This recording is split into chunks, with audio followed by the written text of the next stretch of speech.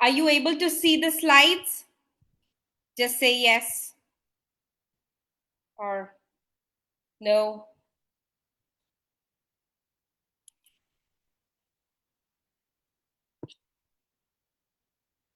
Sorry.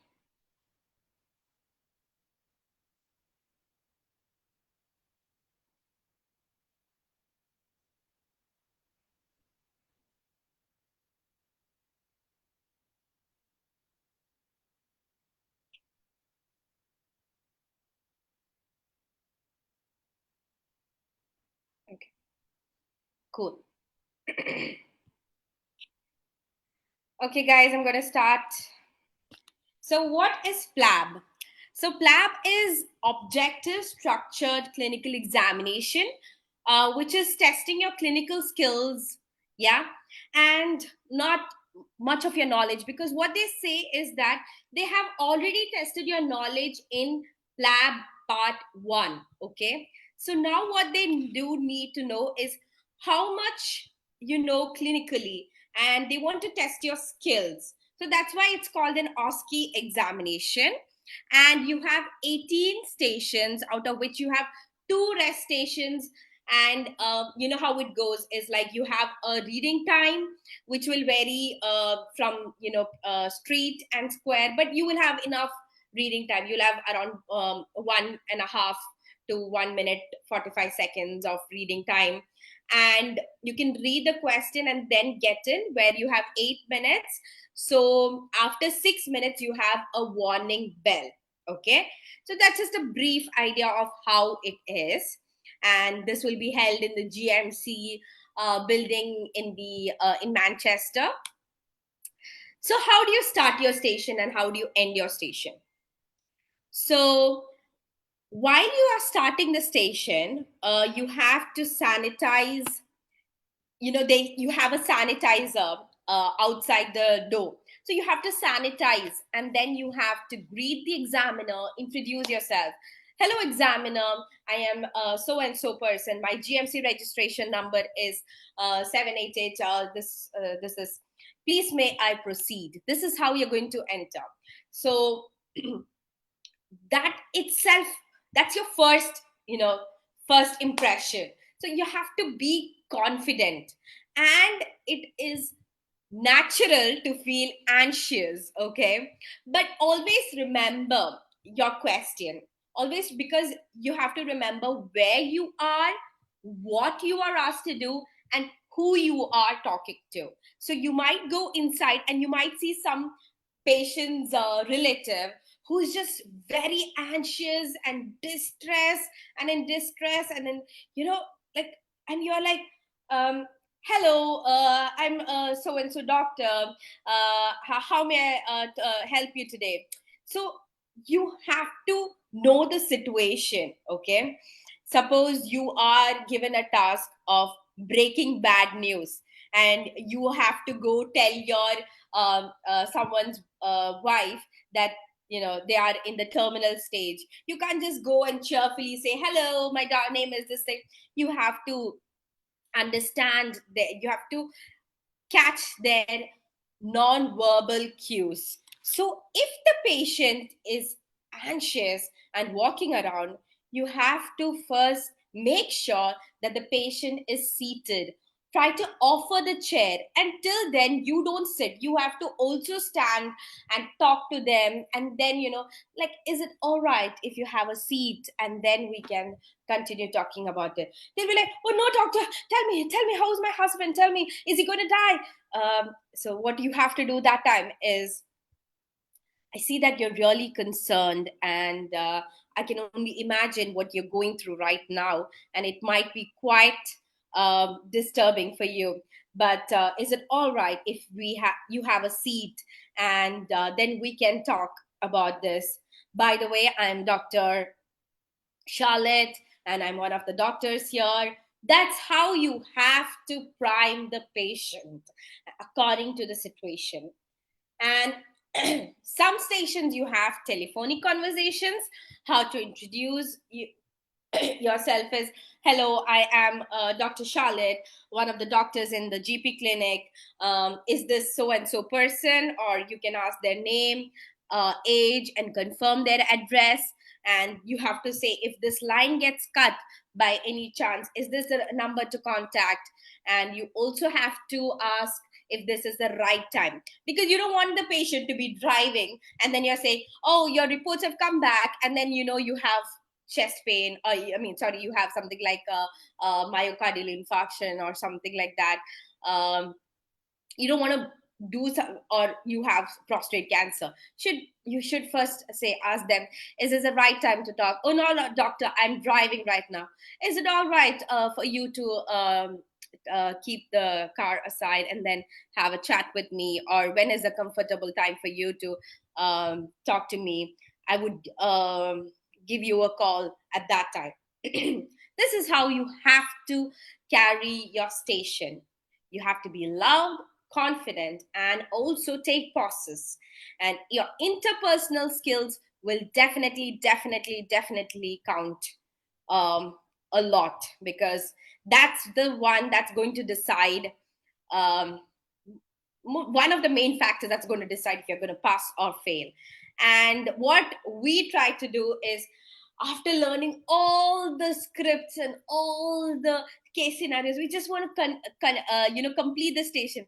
But don't try to do that. The examiner will definitely know the direction you're going to.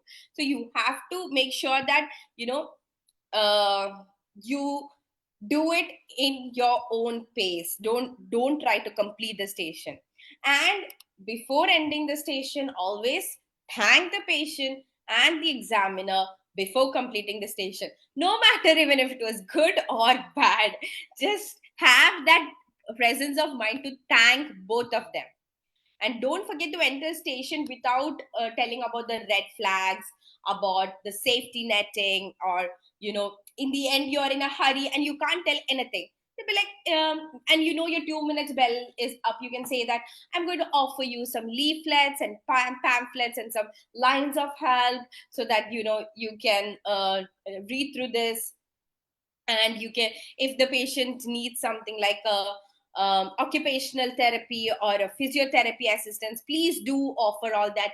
These are the minute small points which are going which will definitely make you uh, one step ahead than the others. So we have the first minute. Okay, so till now, are there any doubts for anybody?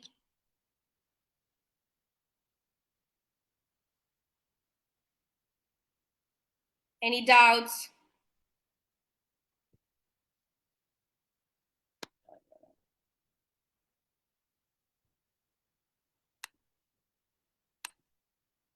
Okay. So, hi everyone who has joined right now. I am Dr. Charlotte and I'll be taking some class on Plab 2. And so I'll be continuing my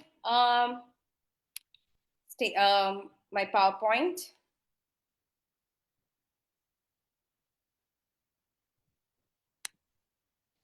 I will tell you some do's and don'ts, okay? The first minute is your golden minute. And when you see the patient and you introduce yourself, you have to ask open questions like, how may I help you? What has brought you here today? Or tell me, and then once a patient says, oh, doctor, I have this, tell me more about this. Are there any other symptoms? Because I tell you, some of the patients, they are they are really smart and they have been doing this since ages. So until, if you ask them closed questions, they're not going to give you anything. They will make sure that all your time is gone until and unless you ask the open questions. So first itself, ask the open questions like, so tell me, what has brought you here today? They'll say that, oh, doctor, I have a headache. And then you will be like, okay, so where is the headache going? Where is it radiating to some point? Or tell me what is the nature of the headache? So that is what you should not do. Like, don't just close it. Just tell. Then you should be like, okay, tell me more about your headache. And some people will be like, oh doctor, I had this very severe headache on my left side of the forehead, and it worsens when I'm chewing, and it's been there on and off. They will give you everything. But some other people will be like what? Like, what do you want to know? Then you can ask your Socrates questions, which I'll be talking to you in some time. And definitely the stations, you have to know your stations. But please don't be scripted, because I know people who have actually vomited the script, and they have failed also, because what they want to be, what they want you to be is to just be a doctor. Be yourself and don't fake it. Okay? Because some people, according, they'll just read the scripts, and they'll say, okay, doctor, I had this headache since morning. Oh, I'm so sorry about it. And then you be like, okay, I'm so sorry about it. I'm so sorry. You just don't have to say sorry if you don't actually feel sorry. You have to say sorry when you actually feel sorry, and not after every other line. So the one another thing that is definitely going to fail you for the exam is if you don't take consent while talking to the third party. Because if you don't take consent, then you will be breaching the confidentiality of the patient. While offering confidentiality also, how do you offer? For example, I'm giving you a scenario. There is this 15-year-old girl who comes to you and says that, doctor, I think I'm pregnant. I've not had my periods, and I don't know, doctor. And then you are like, oh, it's okay, you can share everything with me. Oh, doctor, are you sure you won't tell this to anyone? And then you can't be like, yeah, yeah, no, no problem, tell me, I won't share this to anyone.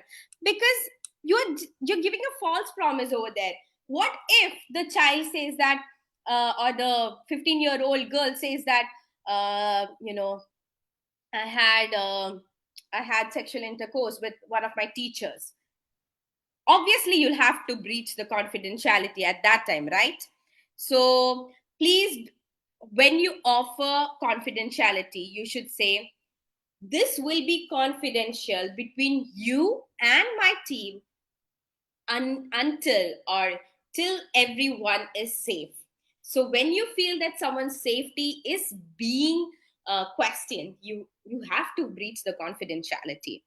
And always offer a chaperone when you are doing any examination. So how do you offer a chaperone? You should say that I have a chaperone to ensure your privacy, because according to the GMC, your examiner will be your chaperone.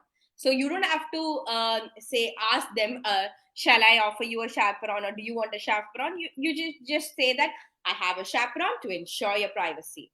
And again, please read the instructions clearly. If you and the patient is asking you multiple questions, and you are not really sure what to answer, you should say, I don't know, I am afraid, I don't know.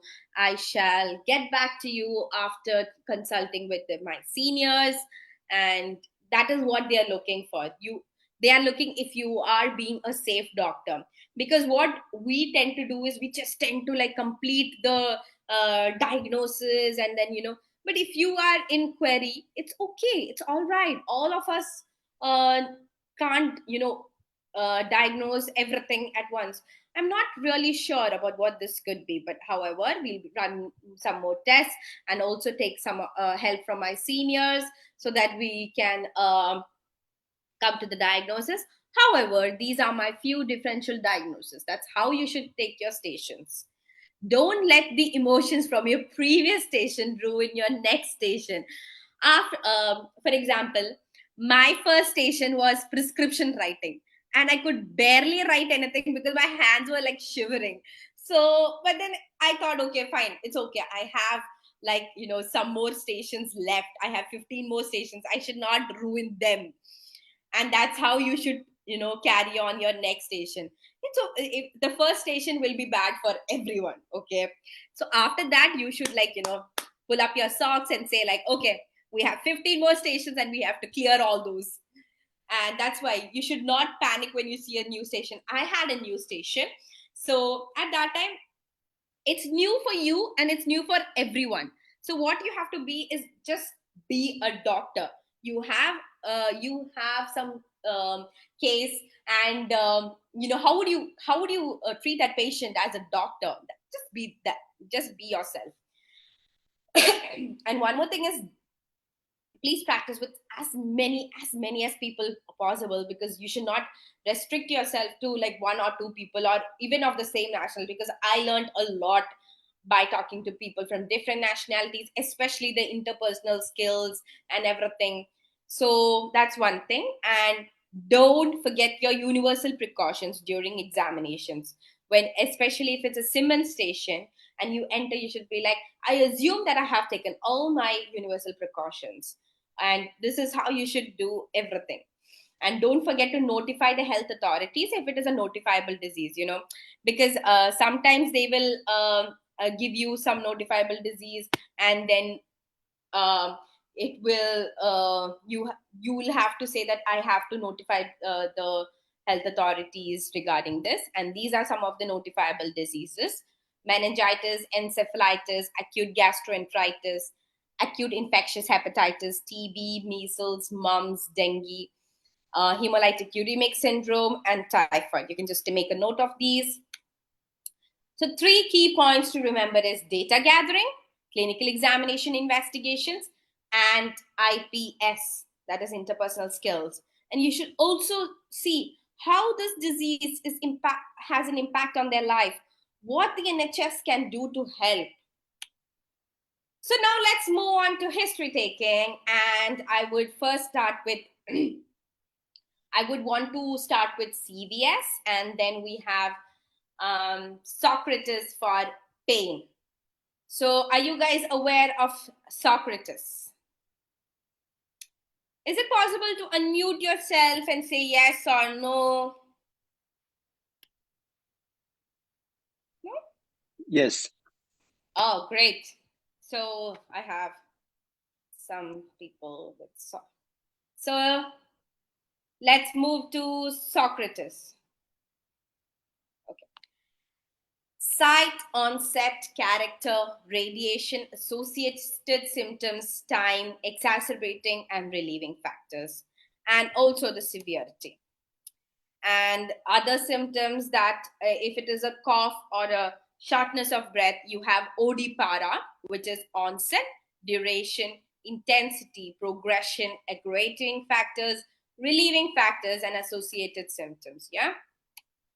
So, past medical history, how do you take for a patient? Any previous similar episodes, any other medical conditions, any medications, including the over the counter drugs or herbal medications, any allergies, any previous hospital admissions.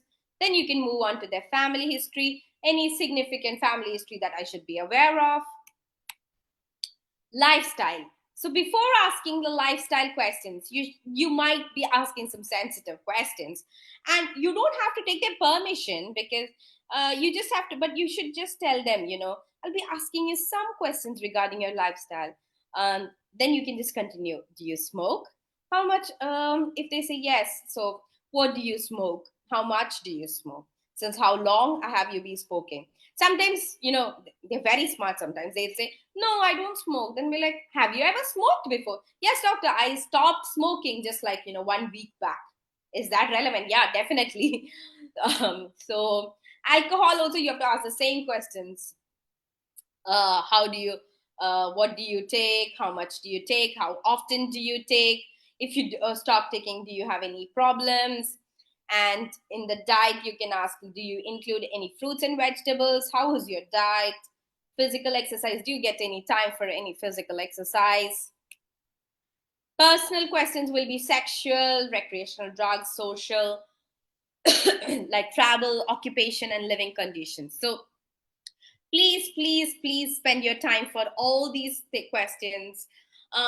But you don't have to ask every question every time, because sexual history is not that much significant in a patient with chest pain, right? a patient is saying, oh doctor, I have severe chest pain. It's like it's like, in the center of my chest, I feel like an elephant is sitting on me. And you already know that that is an MI, and you can't be like, so are you sexually active? That's not relevant. You have to ask it where it is relevant. Suppose we have some case like reactive arthritis, which I'll be discussing, and then you have to ask. Yeah. So let's move on to chest pain. So the differential diagnosis will be acute coronary syndrome, um, angina, pericarditis, musculoskeletal pain, and if it is shortness of breath, it will be pulmonary embolism, post myocardial infarction like heart failure, palpitations, differential diagnosis. It can be arrhythmia because of any reasons. There is a case of peripheral arterial disease with AF. Then that can also give a patient with having, right, left sided pain or chest pain, but then the patient was actually having something like shingles. Let's move on to chest pain, ACS. How will the patient come? Patient will be like, oh doctor, I'm having a chest pain. Be like, what would you ask? Tell me more about it. We're like, doctor, it started like some time ago. It's central. It's just getting worse. And I was just working, and then suddenly this pain came. I think it's just there. It is also going to my left arm and jaw. And if you ask the severity, they'll be like, oh doctor, it's a 7 on 10. We're like, okay, are you comfortable to talk right now? Yes doctor, you can ask me questions. Or do you want me to give you some painkillers? Because some people will be in severe pain, they won't even let you talk. That time you can offer a painkiller to them. You can be like, examiner, I would like to give my patient a painkiller after ruling out any contraindications or allergies. Then they will actually let you talk and open up. Otherwise they might just be like, oh doctor, I don't know, I'm just having this bad pain. I can I cannot even talk. And then you cannot go like, is it radiating to your left arm? You have to first make sure the patient is comfortable for you to talk. And then again, open questions, open questions, open questions. Any other problems? Yes, doctor, I'm also feeling little uncomfortable. Some chest tightness is there. I also had sweating and some lightheadedness. They might tell you all these. Okay. Then okay, so you can ask for any fever or flu like symptoms. Can anybody tell me why we are asking for fever or flu like symptoms? Anybody on the chat box? What are you trying to rule out? In chest pain, fever, or flu like symptoms?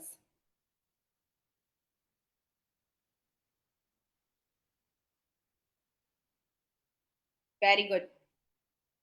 Yeah.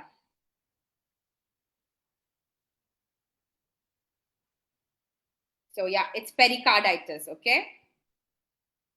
It's the pericarditis that we're trying to rule out. And you have to ask for any cough, any pain relief on bending forward, or calf pain, swelling, again for DVT, any history of travel. So if the patient is having history of travel, you have to again suspect something like a pulmonary embolism. And yeah, so pericarditis, it is a sharp continuous pain relieved on leaning forward. Patient is giving you a typical history. It's a sharp pain relieved on leaning forward. I have a history of flu fever or sore throat 1 week back. Your diagnosis is pericarditis. So when you're learning stations, learn it like this. Sharp continuous pain relieved on leaning forward, previous history of flu, fever, sore throat, pericarditis. Clinch your diagnosis, and then you rule out other conditions. Okay, then you move on to the past medical history, like if there's any similar conditions in the past, any diabetes mellitus, hypertension, dyslipidemia, anything else, any medical conditions that I should be aware of, or any similar conditions among your family members. Lifestyle you have to cover here, because smoking, alcohol, recreational drug activities, everything is important here. And their physical activity, their diet.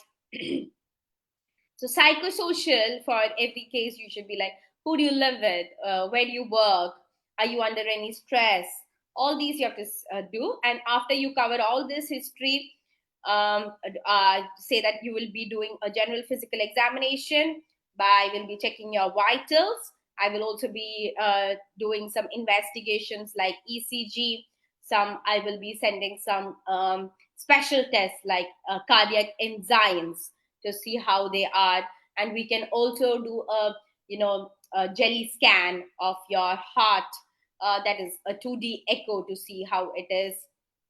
All this is the way you have to explain to the patient. Be like, doctor, what's happening to me, what's happening to me? I see that you're quite concerned. So from what I have examined and what I have spoken to you, I feel that this is something known as pericarditis. Pause. Oh, doctor, is it something serious? Uh, you seem quite worried about this, but you have come to us, and then we will be able to treat you and give you the appropriate medications for this, and you shall get better soon. You should be reassuring to the patient, and don't give false reassurance. But if the patient, if it's all right, you should reassure the patient. Address their concerns. They'll be like, is it serious? Not very serious. That's not the way you have to say. Is it serious, doctor? I see that you're quite concerned. But you have something known as pericarditis, which is the inflammation of the covering of your heart. And you have come to us, and we will be able to treat you with adequate medication so that you can get back on your feet. That's how you have to tell them. Investigations, what do you do? ECG, chest x-ray, a special test like troponin, routine blood test. Make sure you tell all the investigations to show the examiner. I'll be doing, so that there are some candidates who will tell that I'll be doing some investigations and some tests so that we can come to the diagnosis.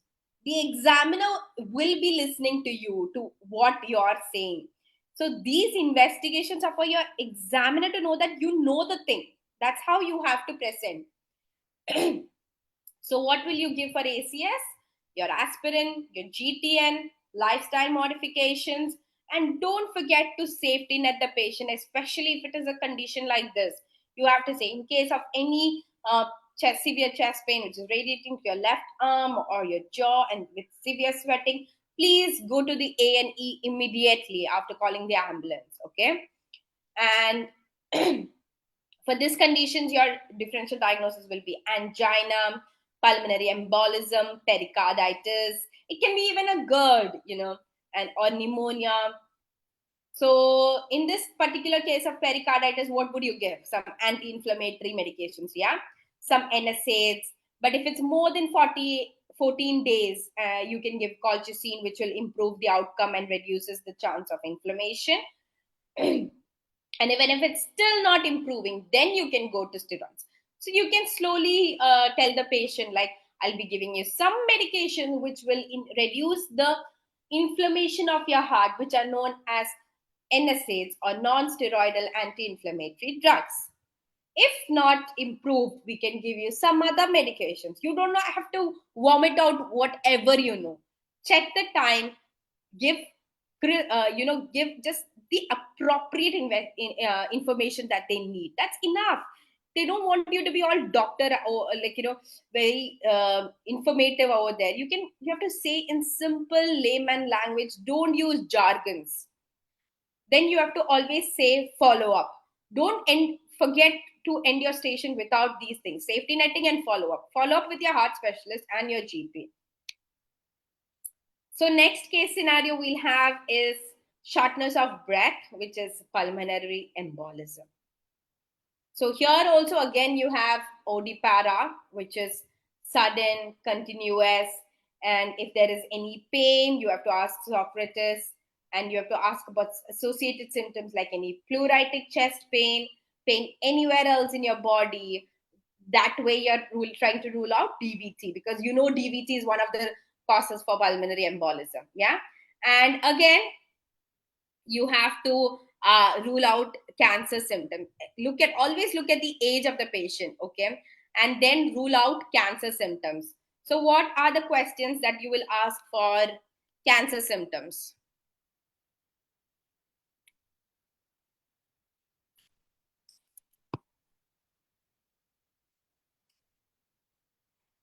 Can I have it on the chat box? What are the questions that you will be asking to rule out cancer symptoms? Cancer. Yeah, exactly. Yeah, very good. Unintentional weight loss, fatigue, loss of appetite. Exactly. Because you are lumps and bumps, fever, lethargy, loss of weight. Exactly. Floss symptoms. Yeah. So these are the questions that you will ask. And then you can know if it is cancer, if it is a lung cancer.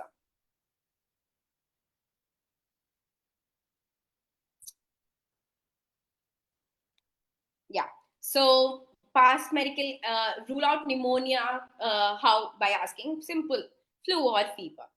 So again, past medical history will be MI, previous any venous thromboembolic events. You can ask other past medical histories, any similar conditions in the family, or medications. You should ask oral contraceptive pills. Please ask oral contraceptive pills, because the patient might say the patient is on oral contraceptive pills, and that is a risk factor, right? So you should ask these, don't forget to ask these questions, because those are the questions, if this is a case of pulmonary embolism, means these set of things you should ask.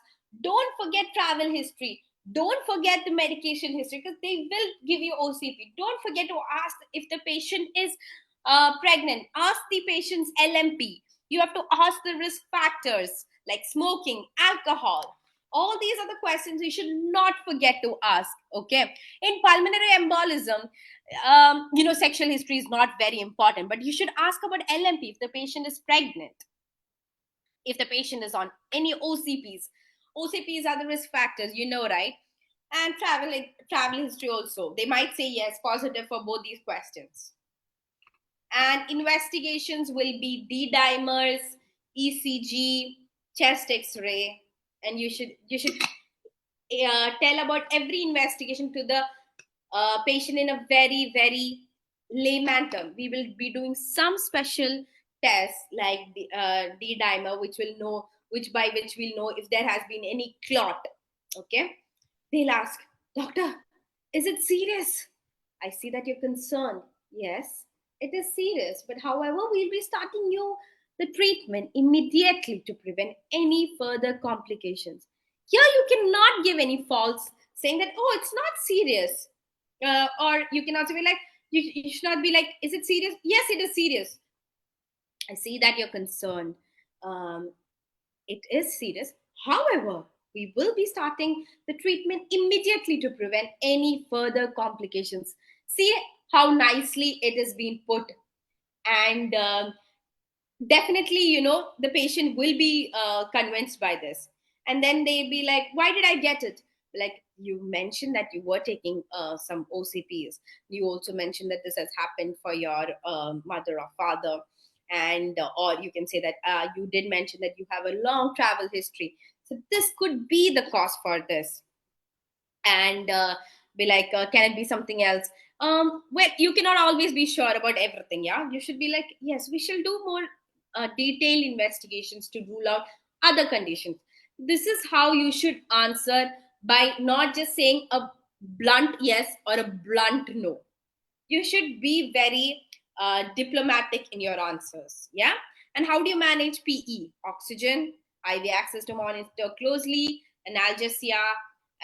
You have to assess the circulation. You have to give the patient low molecular weight heparin, that is fondaparinux once the diagnosis is confirmed.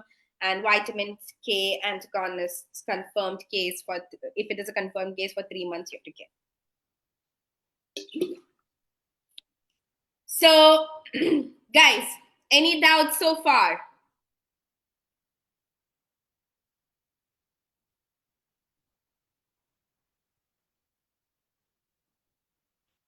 Have you got any doubts so far? Okay.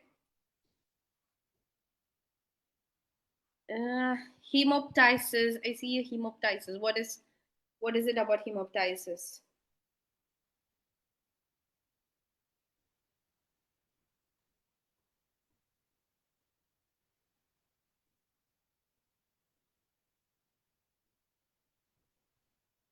Okay, okay. Any doubts so far? Mm,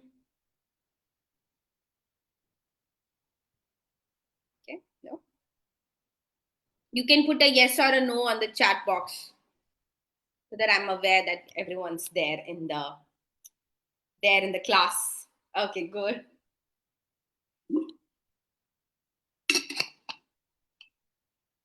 Great. Anyone who wants to do any station? Anyone who wants to do any station, they can put it on the chat box. Okay. SK. I can just see SK. Please type your name, SK.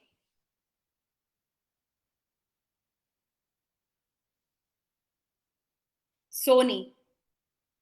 Okay, Sony. Any particular? Fine.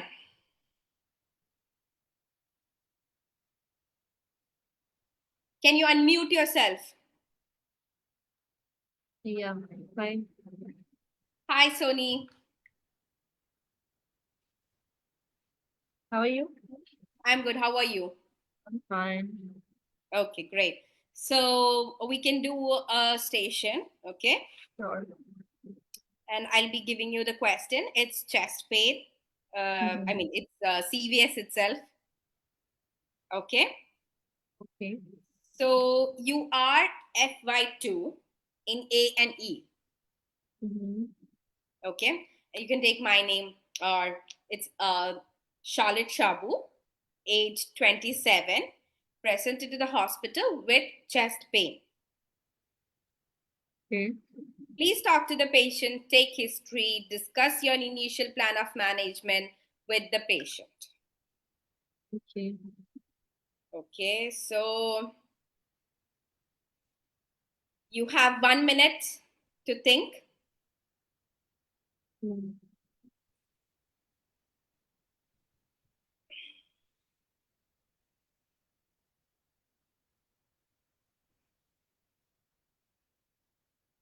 Okay, guys, anyone else wants to do the next station? You can put it in the chat box so that we can do some other station together.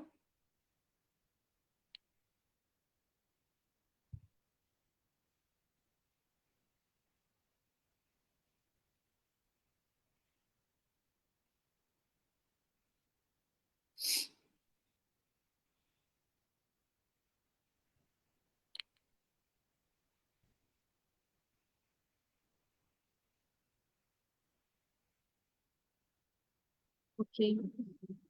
Yeah, so you can start. You setting the timer?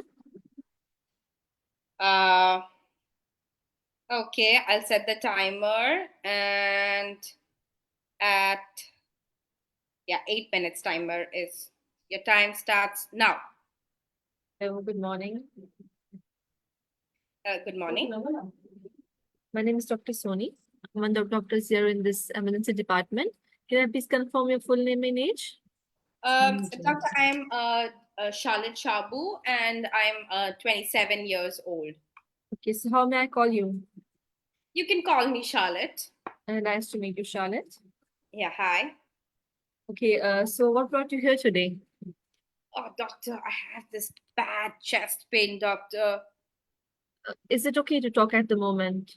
Oh, yes, yes. It's all right. You can talk to Okay, me. thank you, Charlotte. Can you just tell me more about it? Doctor, like, what do you want to know? When did you have this chest pain? Like when it started? It started a few days ago, Mm-hmm. Okay, and was it and yeah? yeah, Was it sudden or gradual? it was sudden, doctor. Okay, and what type of pain it is? Uh, you know, uh, it's kind of a dull pain, and it's continuous. It's just Mm-hmm. there all the time. Okay, and is it going anywhere else? Like your arm, your jaw, anywhere else? No, doctor. Okay, and can you tell me anything makes it better? Well, not really. Nothing makes it better or worse. Okay, that's all right. Can you please grade your pain for me from 1 to 10, 1 being the mild, 10 being the severe pain? Oh, well, I would say it's around, 4 or 5. Okay, that's all right, Charlotte. So can you tell me anything else that is bothering you other than this pain? No, doctor, I don't think so. Okay, no cough, No, no shortness of breath. no. Okay, and by any chance, did you have any trauma to your chest? Well, I think I might have just fallen, 3 days ago, from my bicycle, but that was like Okay, 3 days ago. Yeah. and is it left or right? Doctor, it's actually on my right side. Okay, right. And you had a fall 3 days ago, right? Yeah, doctor. And so after that, you're having this pain. Before that, no pain was there? No, doctor, not that I can recollect. Okay, and did you notice any kind of injury or bleeding from this injury site? No, doctor, it was just a minor fall from my, Okay. um, you know, Mm-hmm. bicycle. Okay, that's all right, Charlotte. So, have you noticed any fever recently? No, doctor. Any flu-like symptoms? No, By any chance, any weight loss? no, Lumps or bumps anywhere in the body? no, Okay, do you feel more lethargic or sometimes no, doctor. any dizziness? No. No. Okay, thank you so much, Charlotte. Well, I need to ask some of the questions regarding your general health. Okay, so Uh-huh. do you have any medical condition diagnosed before in the past? Um, no, doctor. I'm fine. I'm Okay. fine. Otherwise, but I'm quite concerned about this chest pain. Yes. I was thinking what it could be, and that's why I came to you because I'm otherwise very fit. I go on walking on a daily basis, and I'm Mhm. kind of very fit. I'm glad to hear that you take care of your health in such a good manner. And of Uh-huh. course, we will definitely come to your concern. Okay, let me assist you first, examine you, and definitely we'll work on that. Okay, Charlotte? Okay. Okay. Yeah, and any allergy to any food or medication? No, doctor. Anyone in the family have related chest problems or anything significant? No. Okay, and can you tell me about like any previous episodes like this in the past? No. Any previous surgeries or hospital stays? No, doctor. Okay, something regarding your lifestyle, Charlotte. Do you smoke? No, I don't. Okay, and do you drink alcohol? Yes, occasionally on the weekends I do Yes, consume sure. um, Okay. some wine. Right. And what about your diet? Is it a healthy Well, balanced diet? yeah, I do try to stay fit. I have a healthy diet. That's great. And you told me that you walk daily, and that's a very good thing, Charlotte. Well, can you just tell me something regarding your menstrual cycle? When was the last menstrual period? Well, it was 1 week ago. Okay, is it everything okay, like regular periods, no heavy bleeding, right? No, no, it's all right. Well, thank you so much, Charlie, for this information that you have given me till now.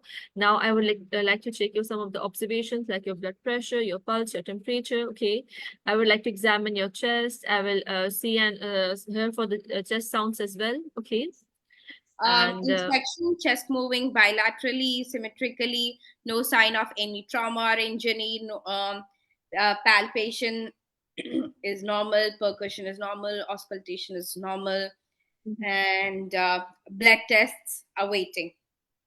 okay. So, Charlotte, now I would like to take some of the heart racing as well, your ECG, okay, to just make sure there's nothing wrong with the heart, right? Uh-huh. And for now, as you are in pain, I would like to give you some of the painkillers. It's Okay. normal. Okay. I'll give you some of the painkillers to relieve your pain here as well, and at your and prescribe you for prescribe painkillers for you at the home as well. Okay. 2 minutes remaining. Okay. And well, Charlotte, do you have any idea what it could be? No, doctor. I'm not really sure. Is it something like heart attack? Uh, well, uh, well, Charlotte, as we did some of the tests, this is not a heart attack, right? And your chest pain is almost on the right side. So you are on the safe table now. Don't need to worry about it at the moment. Oh, oh, Is that thank okay? God. So then, what Yeah. is it? Well, definitely, I'll talk to my senior. They will come and assist you further, and we'll definitely make a diagnosis for you in a short while. Would that work for you? Okay, doctor. Mhm.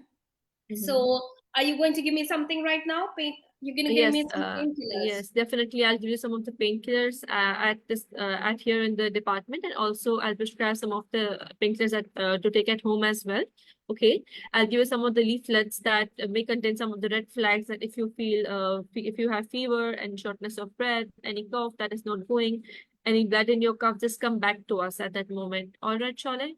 Okay, okay, that'll Okay. be fine. Anything else that is concerning you at the moment? Oh no, doctor. Thank you so much. Yes. Thank you so much, Charlotte. Okay. And as I already told you that I am giving the leaflets, okay, that Okay. contain more information. And I'm glad that you maintain a healthy diet. Just keep on that. Okay. Mm-hmm. Okay. Okay. Okay. Thank you so much, Charlotte. Thank Nice to you. meet you. Thank you. Thank you. What was it?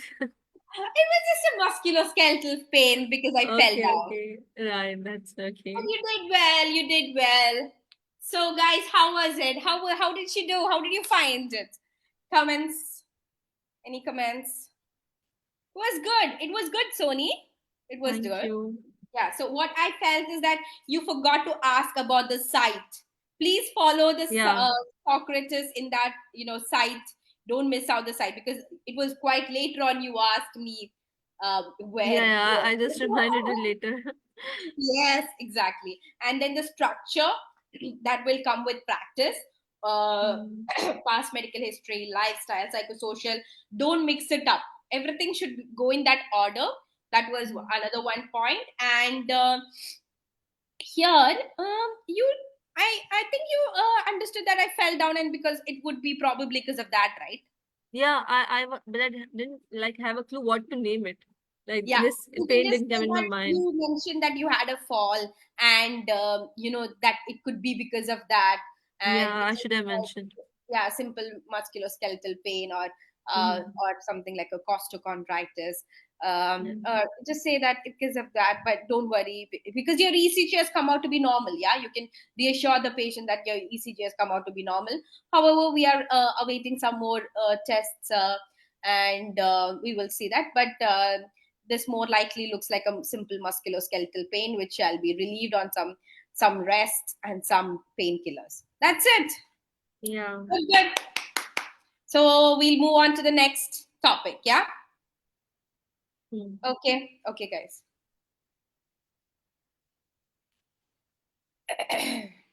So I'll be continuing. So if it is a pulmonary embolism, again we have to do the well score. It's a very if it's just for your knowledge, you can learn that. And if it's a score of 4, you can do a CTP or a VYQ scan. And if it is 3, you have to do D dimers. And if that's raised, then you have to do CTPA and VYQ scan. Differential diagnosis: pulmonary embolism, TB, asthma, pneumonia, heart failure, PCP, lung cancer, all these you have to keep in mind. The other case of shortness of breath will be a heart failure scenario where you have to do odipara, which is breathlessness, where they'll say breathlessness while I climb the stairs and I feel better while taking rest. Wake up in the middle of the night due to breathlessness. Other symptoms will be cough, wheeze, chest tightness, dizziness, tiredness. All these are the questions that you have to ask in this question. And they'll also say that they have some swelling in their feet. They might not directly tell you, but be like, doctor, I feel my socks is getting tighter these days on my feet.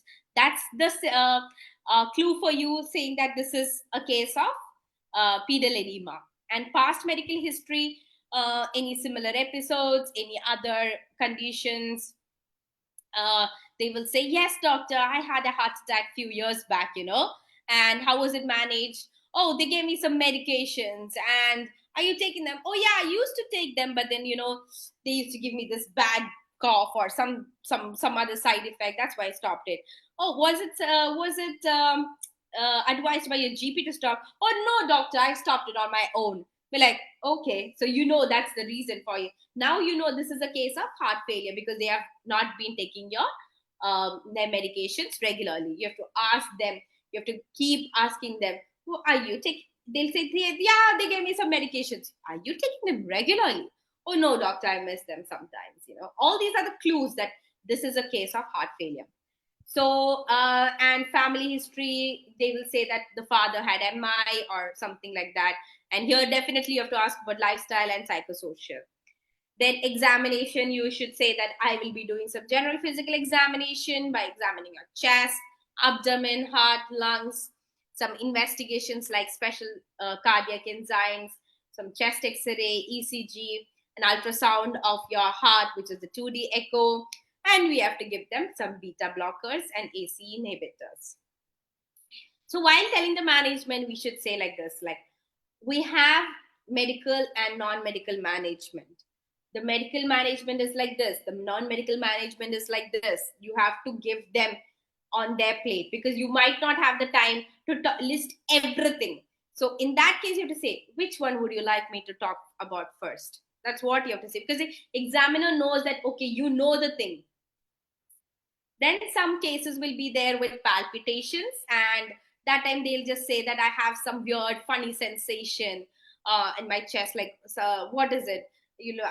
Something weird or something like beating, then fluttering sensation. You have to ask the OD para and associated symptoms like lightheadedness, dizziness, blackouts, fever, flu like symptoms, loss of weight, any sickness. All these are the things that you have to ask for palpitations. And if everything is negative, you have to go and ask about their lifestyle, where they will be telling, I take around 6 to 7 coffees a day. You know that coffee will cause palpitations, right? So that will be your positive history. And so can someone tell me what are the questions which you will ask for hyperthyroidism?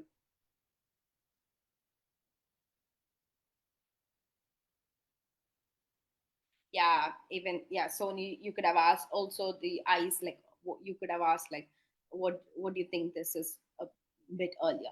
Yeah, do you feel hot? Very good.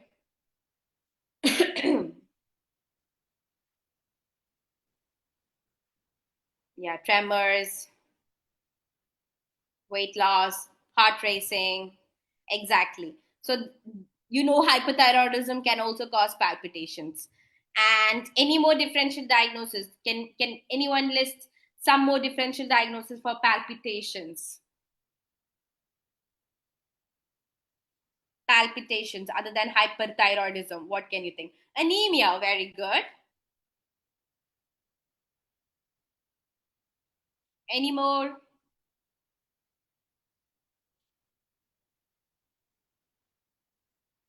I can give you a clue. It's a condition where you have anxiety. Very good.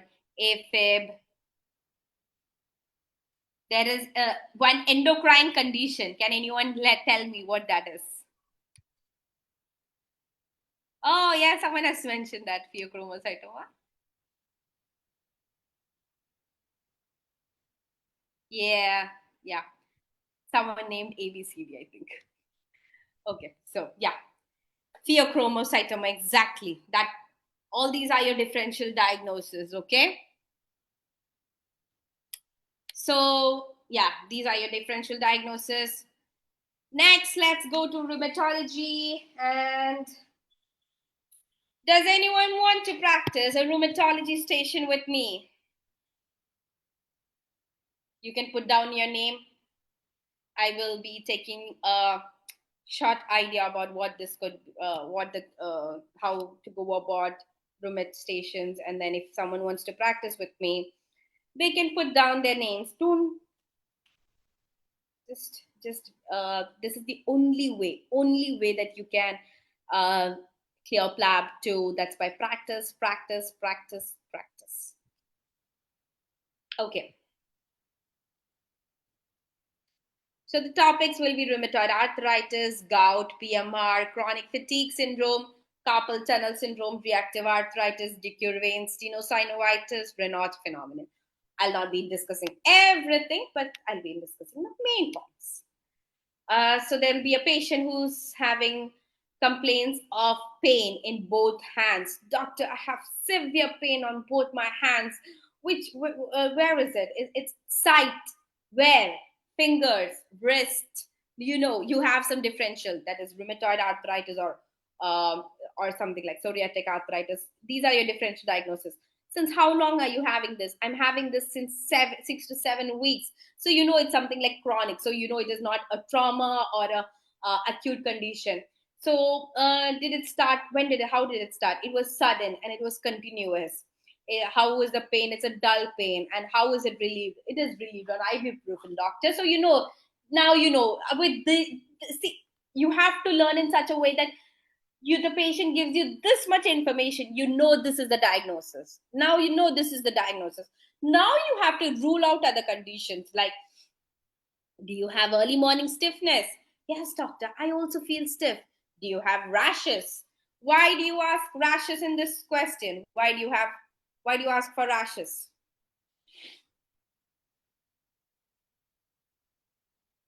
Anyone? Why do you ask for rashes? SLE, exactly. You have to rule out SLE for the patient, yeah?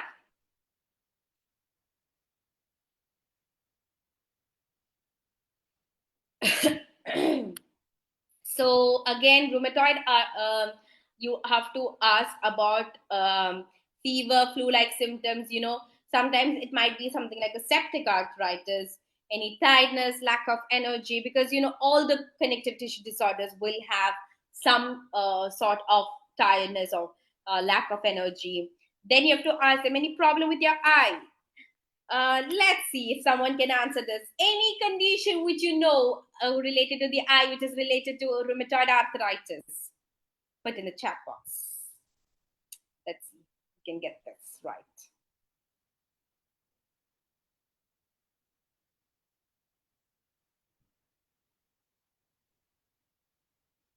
Keratitis, is it keratitis?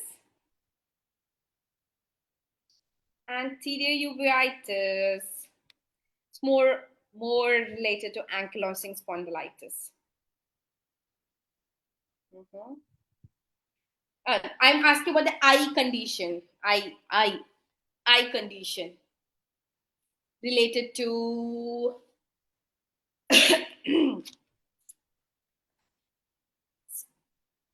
yeah, someone has said scleritis. Yeah, scleritis, episcleritis is the one that is usually related to this. Okay, and so how then you again go on to vision problem. Vision problem, you have to ask about, because even many of the connective tissue disorders have some vision problems, breathing difficulties.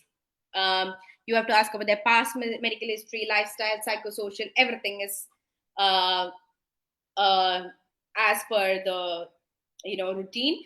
But here they will say, doctor, I'm a secretary and I have difficulty in typing. How do you tackle that situation? You have to see that the patient is saying, I live by typing, and you're saying, I have rheumatoid arthritis and I am going to have these problems. How do you tackle those situations? So you have to say about occupational therapists. You have to ask about some other options in their office which they can do something else. You have to find some solution for them, and that's how you have to deal with this. Okay, so you have to tell rheumatoid arthritis is an autoimmune condition that causes pain, stiffness, and swelling in the joints. Symptoms usually affect the hands, feet, and the wrists. I will be doing some investigations, which is routine blood counts, something known as the anti-CCP, X-ray of your hands and wrist joints. I will also be giving you some medications, which is disease-modifying anti-rheumatoid um, drugs and corticosteroids. And you don't have to mention everything. Some steroids for some DMARDs for modification of your disease, some steroids to bring down the inflammation. I will also be referring you to a rheumatologist to discuss about the options at a length, and also refer to OTPT. Don't forget occupational therapists and physiotherapists in this scenario. Okay. Gout. So the patient will be like, "Oh, doctor, I have this very bad pain on my big toe." Patient is like wincing in pain. Oh, then big toe, that mostly it is gout. Yeah. How long has it? It's been a few weeks. It's a sharp pain which is aggravated on walking, and some redness and swelling is there. And in this situation, don't forget to rule out septic arthritis. That might be a case. Then you have to ask, do you have fever? No, doctor, I don't have fever, but this pain is killing me. Oh, then you know. And you have to also rule out peripheral arterial disease by asking if there's any gout, if there's any ulcer on their foot, any trauma, and also ask about their past medical history. They will be saying, "Oh, doctor, I had BP and I was started on benroflumetazide 6 months ago." Oh, that does cause gout. Yeah. And when you move on to their lifestyle, "Oh, doctor, I love taking steak and beer." These all are the risk factors. And then you can just move on to your psychosocial. Who do you live with? I'll be doing some investigations, uric acid, some urea electrolytes, X-ray foot. So after you say all this, you should ask the patient, ice, ice, ice. What do you think this could be? Oh, sometimes a patient itself will be like, "Oh, doctor, is it gout?" Oh, I see that you are aware about gout. How much do you know about it? Doctor, I'm not sure. Okay, well, let me explain it to you. It is because of a buildup of crystals in the joint space, and these crystals are irritating your joint space, causing the pain and discomfort. Very simple, layman. You don't have to say this is MSU, this crystal, that crystal. You don't have to say how it is birefringent, this thing, that thing, nothing. Simple language. And then you have to say we have non-medical management and medical management, because your 2 minutes bell will be up by now. Which one do you want me to discuss? Then you have to go on to say about the management, how it is managed. Here you have to say about why did I get it, because of this. You said that you're fond of red meat, of steak, red meat, beer, and the BP medications that you're taking. All these are the risk factors. We will be doing some review regarding your medications, and also please try to cut down on these risk factors. PMR, polymyalgia rheumatica. Someone in the chat box, please tell me, what is PMR related to? Something else, some other condition. Yeah. Yeah. Correct. GCA. Correct. GCA. One more question I'll ask you. So if the patient has GCA, okay, and the patient is saying, "I have blurring of vision," what medication will you give to the patient? You can put it on the chat box and I shall see who gets it right. Steroid, good, but what steroid? Is it IV or oral? IV. You have to give IV. Because the patient might be blind. Patient is already blind. I have vision problems and blind, and then you really can't do anything, but you can prevent the blindness of the other eye. So that's what you have to give. High dose IV. Very good. So polymyalgia rheumatica, the patient will say, "I have pain in the shoulder, hip for few weeks. It's dull, continuous, not relieved on any painkillers, can't move my arm above my head. It's difficult for me to even walk my dog, doctor. All these the patient will say, and you'll be like, any problem with your vision? um no, doctor. Any headaches you have to ask about, because this is, it is connected to GCA. Any past medical history, family history, personal, because they are having a chronic pain, you have to ask about their mood, about their sleep, because they'll say, oh doctor, because of this pain I'm not able to get good sleep, my mood has been off lately. All these are the things you have to say. And examinations, you'll see that almost all the investigations, you have to see ESR CRP will be raised, and then you have to explain to the patient what this condition is. You have to give painkillers for pain, steroids, and rheumatology referral. And they will say, oh, doctor, uh, steroids, I heard that's a very bad drug. I heard that has a lot of side effects. Uh, what do you want me to do? So, how do you tackle that question? People, you can put on your chat on the chat box how to tackle. Doctors, I know that steroid is a very bad drug. It has a lot of side effects. So they'll be like, oh, I see that you're concerned about the side effects of steroids.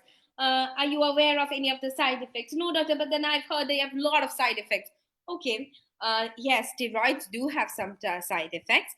However, we will be monitoring those side effects, and we will be giving you any medications if any side effects develop. But for you, weighing the risks and the benefits, steroids are more beneficial for you, because if you don't take them, the disease might progress. And then you should say, I could you some of the side effects are gastritis, which we can give you some proton pump inhibitors for them. Then weight gain is a risk factor, but with regular exercise, you can reduce that side effect. All this is how you have to tell how to tackle the side effect in a very simple layman language. Chronic fatigue syndrome. So they will say, doctor, I have tiredness. I feel tired all the time. I'm not able to do anything. Since when is it? 6 months. So, it's a long time duration. So it's chronic. And they are feeling tired, fatigue syndrome. Since when? Oh, doctor, I think it's since my last flu. So that's your clincher. That is CFS. However, since it's tiredness, please do not forget to rule out cancer symptoms, thyroid problems, sleep disturbances. Also, ask about the past medical history, lifestyle, psychosocial, physical activity, and long-term tired. What is this? What is this? What is it? Cancer? Um, so this is something known as chronic fatigue syndrome. It is a long-term tiredness without any medical cause. You have to refer them to the CFS clinic or rheumatologist, and also check for anemia, LFT, RFT, vitamin levels, thyroid hormones, and management is just by giving vitamin supplements and some CBT relaxation techniques to tackle their stress. Don't, in any case of tiredness, please don't forget flaws, cancer, to ask the flaws, loss of weight, loss of appetite, any lumps or bumps in their bodies, and hypothyroidism symptoms, IBD, CKD, DM, HIV. All these are the differential diagnosis for any fatigue, chronic fatigue. Okay. So, can anyone tell me what this case is? Are you able to see the slide? I have pain in my joint since 2 weeks. It's on and off. It's a mild pain. It is associated with discomfort of the eye. Can you guys put in the chat box? Oh, yeah. Yeah. You know the diagnosis. Yeah.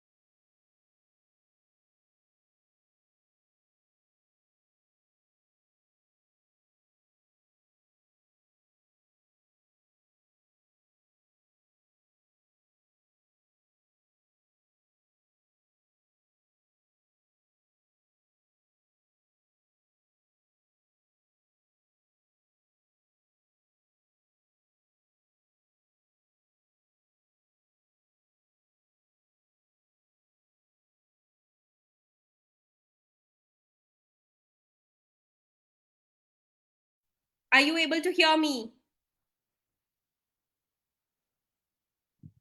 I'm sorry. I didn't know that the video went. Are you guys able to hear? Okay, okay, cool. Okay, I'll be continuing.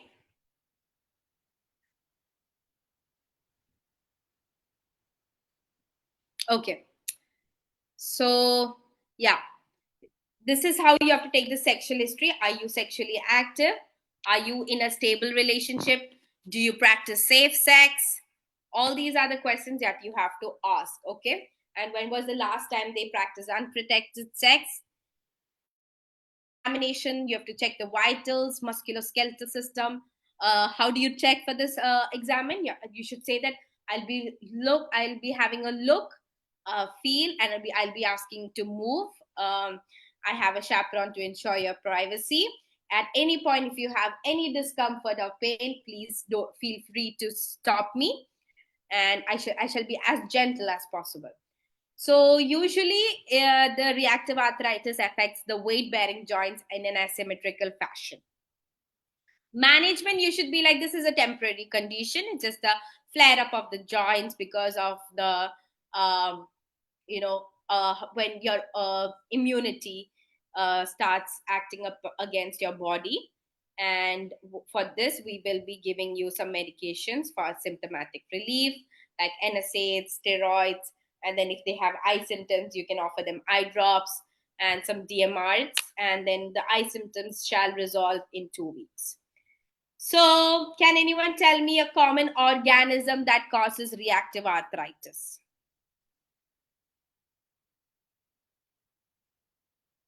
In the chat box, anyone who can tell me the the common organism that causes reactive arthritis?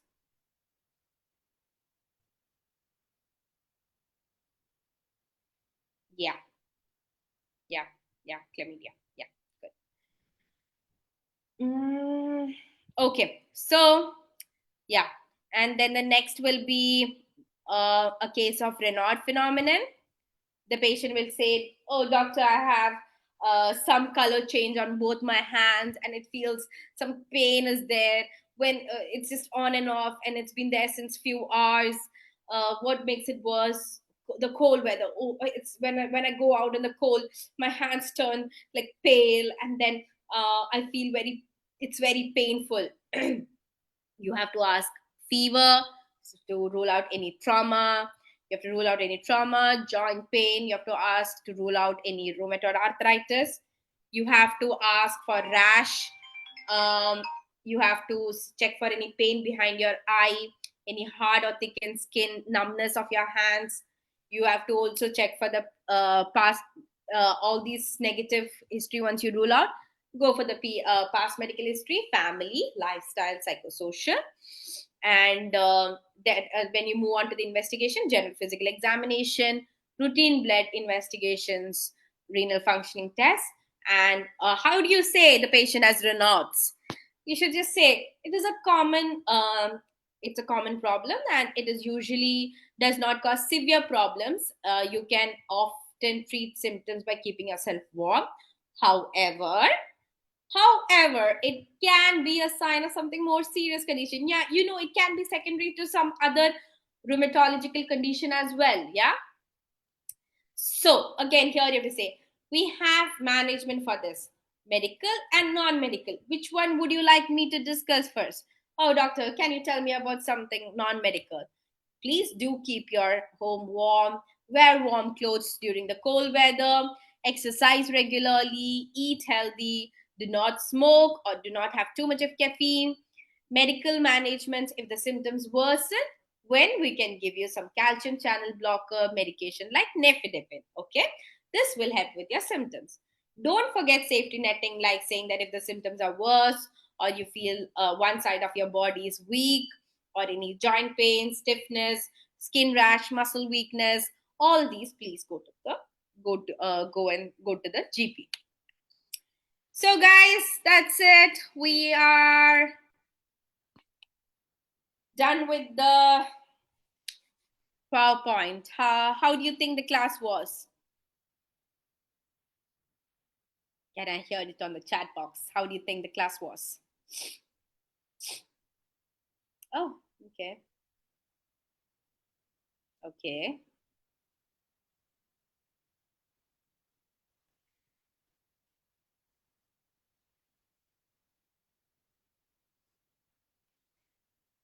Okay, so I will be taking my classes in a very interactive way, in a very structured way, and hopefully I will be able to guide you guys till the exam, and make sure that you guys clear the ace the exam.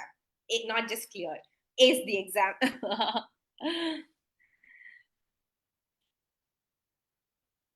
Thank you so much, thank you. Thank you so much for the wonderful session, Doctor. Beside there are some. It was indeed a wonderful session. Thank you so much. Hope to see you again. Have a Thank good you so day. much. Bye. So I think we'll end the session because there's no much time to do another practice session. So, but however, I'll be doing more practice sessions later on. Is that all right? So, yeah, please feel free to ask me any doubts, and also to do mocks, and I shall be making more powerpoints in a very structured way, and what topic you guys need, all these shall be done if possible in a very organized manner. Thank you so much.